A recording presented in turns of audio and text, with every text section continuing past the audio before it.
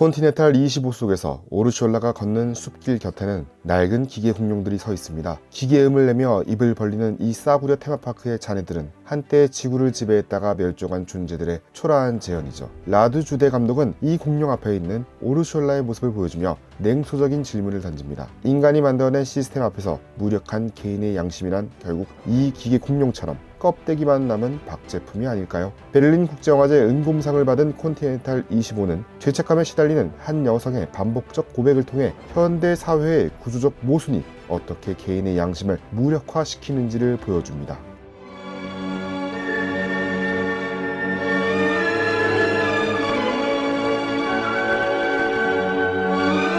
영화의 첫 10여 분은 주인공조차 등장하지 않는데요. 대신 카메라는 낡은 옷을 걸친 중년 남성 이온의 뒤를 묵묵히 쫓습니다. 그는 클루지 외곽의 낡은 공원에서 쓰레기를 줍죠. 페트병과 캔을 모아 돈으로 바꾸고 거리에서 지나가는 사람들에게 일자리를 구한다며 손을 내밉니다. 대부분은 그를 외면하지만 가끔 누군가 몇 푼을 건네죠. 이온은 알아듣기 힘든 중얼거림을 계속하며 도시 곳곳을 배회합니다. 이 장면들은 일체의 설명 없이 관찰자의 시선으로만 제시하는데요. 라두 주데 감독은 알프레드 히치콕 감독의 사이코에서 영감을 받았다고 했습니다. 사이코가 초반 주인공을 죽이고 다른 인물로 초점을 옮기듯 콘티넨탈 25 역시 관객이 이온에게 감정을 이입하기 시작할 무렵 그를 죽음으로 내몬 뒤 진짜 이야기를 시작하는 것이죠. 하루 종일 거리를 헤맨 이온은 어느 낡은 건물의 지하 보일러실로 들어옵니다. 여기가 그의 집인데요. 독일 부동산 투자회사가 이 건물을 사들여 콘티넨탈이라는 부티크 호텔로 재개발할 예정이고 이온은 무단 점유자로 분류되어 퇴거 명령을 받은 상태죠. 어느 날 아침 문 두드리는 소리에 잠이 깬 이온은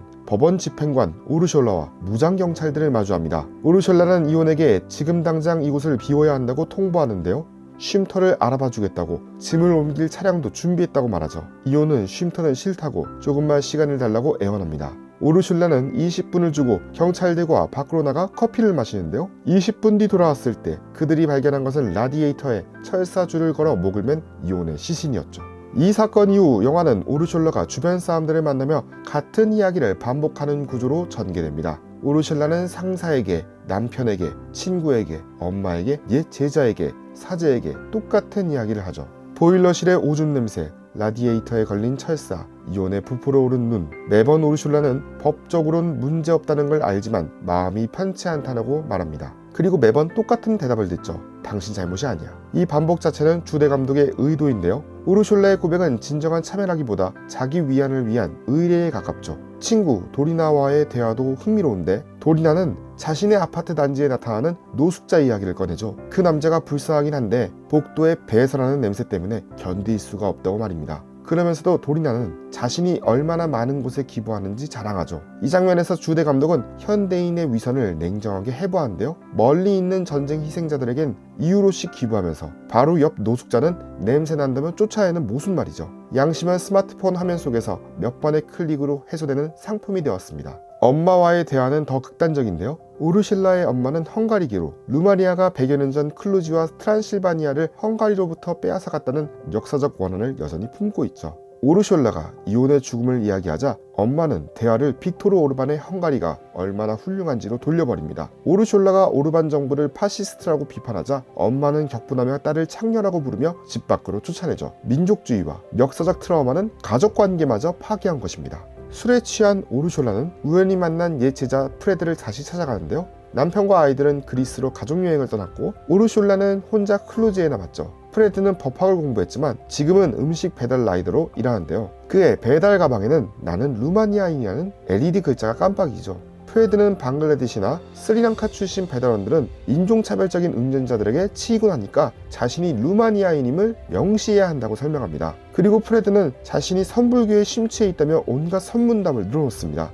오르슐라는 진지하게 듣는 척하지만 사실 프레드의 관심사는 다른 데 있었죠. 술에 취한 두 사람은 결국 야외에서 섹스를 합니다. 주데 감독은 이 장면을 냉담하게 처리하죠. 카메라는 두 사람의 몸을 멀리서 비추고 옆에는 프레드의 배달 가방이 놓여 있는데요. 나는 루마니아인이라는 글자가 어둠 속에서 깜빡이죠. 양심의 위기를 철학적 깨달음이나 육체적 위안으로 해소하려는 시도는 결국 또 하나의 허무한 몸짓일 뿐입니다. 마지막으로 오르숄라는 정교의 사제를 찾아가는데요. 사제는 세련되고 권위적인 태도로 자살은 죄인 본인의 책임이며 오르숄라는 아무런 죄가 없다고 단언하죠. 신의 섭리를 운운하며 이 사건을 신앙으로 돌아오는 계기로 삼으라고 조언합니다. 오르숄라의 죄책감은 사제에게 신자 한 명을 더 확보할 기회일 뿐인데요. 모든 대화가 끝난 뒤 오르숄라는 여전히 답을 찾지 못합니다.